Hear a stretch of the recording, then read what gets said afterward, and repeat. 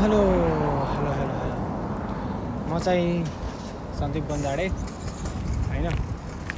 फिलहाल चाहिँ जापानमा अध्ययन गरिरहेको छु होइन। अध्ययन चलिरहेछ। मैले आजभोलि नेपालको यसो माहौल के छ त्यसो हेरिरहन्छु। जुन यो जेएनजीको आन्दोलन भयो नि, जेएनजीको जुन आन्दोलनमा 22 र 23 गते जुन घटना भयो, घटनामा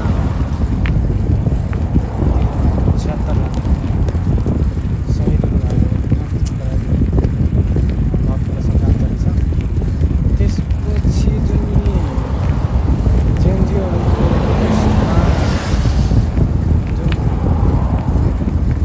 नेताहरूलाई पिटेर भगाएका थिए होइन।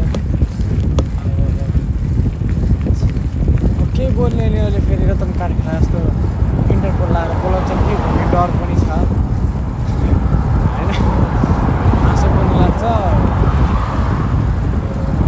नेपालको परिस्थिति अनुसार त्यो हुँदाखेरि पिर पनि लाग्छ। किनभने भोट चुनाव आउँदैछ। नेपालमा भएको भए त भोट पक्का हालिन्थ्यो। अब यहाँ बसी त अब कुरै भएन है। बाआमालाई छोडेर हो। बाआमा चाहिँ मेरो बाआमा पनि बुझेकै छ केमा भोट हाल्ने, केमा भोट हाल्दा राम्रो हुन्छ, केमा राम्रो हुन्छ, सबै थाहा छ, बुझ्नु भएको छ है।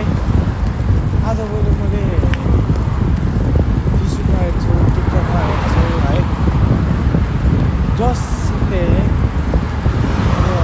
सिधै मारो आदेश देऊ कि दिएन त्यो चाहिँ अब कानुन अनुसार सजाय हुनै पर्छ। त्यो चाहिँ मलाई लाग्छ अब कानुनभन्दा माथि कोही माइकालाले हुन सक्दैन है। न म हिमालयको मान्छे, न काङ्ग्रेसको, न राष्ट्रपाको, कुनै पार्टीमा पार्टीलाई मतलब समर्थन गर्ने मान्छे नै होइन। म चाहिँ अहिले अध्ययनको लागि जापानमै छु अझै पनि। फिलहाल 3.5 वर्षदेखि होइन। मैले नि भोट हारेर आएको 79 सालमा एउटा अध्यक्षलाई जिताएर मतलब मेरो गाउँको ठुलो बा उठ्नु भएको थियो। उहाँलाई जिताएरै आएको है। अब उहाँले के गर्नुभयो त मलाई थाहा छैन। अब सोध्ने भने थाहा हुन्छ होला के गर्नुभयो, के गर्नु भएन होइन। किनभने त्यसपछि सकेपछि 2022मा म यहाँ जापानमा आएको। त्यसपछि अब त्यो अलिअलि त यताउति अलिअलि फेसबुकमा जे देखेँ ठिकै छ। त्यसपछि के गर्नुभयो मलाई केही थाहा पनि छैन, ज्ञान पनि छैन होइन। आजभोलि जो चुनावको माहौल बन्दैछ होइन, जुन पिटेर भगाएकाहरू हुन्छ नि जुन नेताहरू, तिनीहरू आएर के भन्छन् भने उनीहरूको घरमा देखेको पैसा एआईले बनायो अरे, यो भयो अरे, त्यो भयो अरे, हाम्रो दोष छैन अरे। कसको दोष हो त? बिचरा जुन सहिद भएका मान्छेको दोष हो, जुन जसले जिताएर पठाएको जनताको दोष हो, कसको? मान्नुपर्छ। अब गोली चलाउनु त गोली माथि आएर आदेश आएर नि त मैले पनि दिएन, उसले पनि दिएन, उसले पनि दिएन। पुलिस त आफै गोली चलाउन सक्छ होला, सक्दैन होला नि है। त्यो चाहिँ नेताहरूलाई हेर्नुहोस्। यदि अहिले यो पालि चाहिँ एमाले जित्यो भने जुन प्रोटेस्टमा गएको थिए तिनलाई ठुकी गोली फेरि पनि हाल्छ। त्यो चाहिँ पक्का हो। अहिलेको भोट चाहिँ परिवर्तनको भोट हो। सबैले सोचेर बुझेर मात्र हाल्दा राम्रो। मैले नि मेरा बाआमालाई सम्झाइसकेँ है। कला को आउँदाखेरि के गर्ने, को नआउँदाखेरि सबैलाई भनेको छु मैले, यो क्वेसन सोध्नु, यो क्वेसन सोद्धाखेरि चाहिँ जसले राम्रोसँग उत्तर दिन सक्छ, जसको भिजन छ उसले मात्र भोट हाल्नु है। अब घन्टी आयो भने घन्टीलाई हाल्ने भन्ने छैन। किनभने जसले राम्रो गर्न खोज्छ एमाले त हालिदिने एमालेलाई चाहिँ हाल्ने जो होइन भनेर चाहिँ चाहे जो आओस् जति राम्रो होस् किनभने उसले एमाले जित्यो भने केपीले जित्ने हो नि त बराबरी हो होइन उसले जित्यो भने देशमा कि रहन्न म पक्क विश्वास छ होइन अहिलेसम्म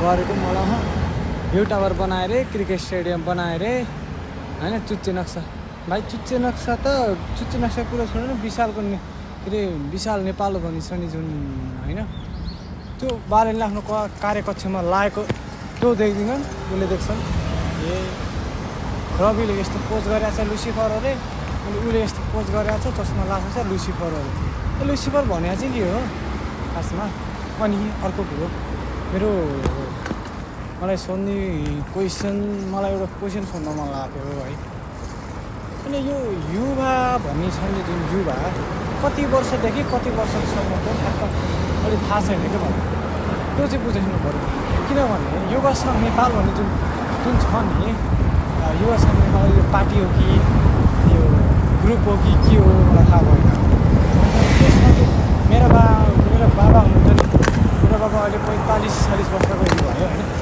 45-40 वर्षका समेत मैले देखेँ लगभग मतलब ट्याक्कै देख्न लगभग त्यति उमेरका मान्छेलाई देख्ने त्यस्ता युवा सङ्घ नेपालका मतलब मेम्बर है अचम्म लाग्छ मलाई युवा भनेको कति वर्षदेखि